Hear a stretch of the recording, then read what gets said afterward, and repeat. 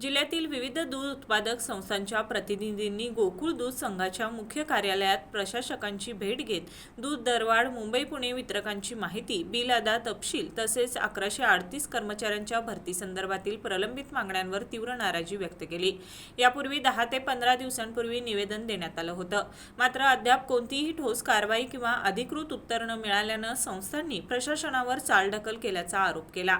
3 वेळा निवेदन देऊनही प्रशासकांकडून केवळ आश्वासनं मिळत असल्यानं प्रतिनिधींमध्ये संतापाचं वातावरण निर्माण झालं आहे। दूध संस्थांच्या प्रतिनिधींनी आरोप केला की प्रशासकांकडून वारंवार 8 दिवस थांबा, थोडे दिवस थांबा असे सांगून मुद्दाम विलंब केला जात आहे। यावेळी माजी चेअरमनांकडून आवश्यक माहिती घेऊन दूध दरवाढीबाबत तातडीनं निर्णय घ्यावा, दुधातील घट लक्षात घेऊन उत्पादकांना न्याय द्यावा अशी मागणी करण्यात आली। मागण्या तातडीनं मान्य न झाल्यास गाई, म्हशी, महिला आणि कुटुंबियांसह तीव्र आंदोलन छेडण्याचा इशारा संस्थांनी दिला। यावर प्रशासकांनी येत्या 8 दिवसात कायदेशीर निर्णय घेऊन माहिती दिली जाईल असं आश्वासन दिलं।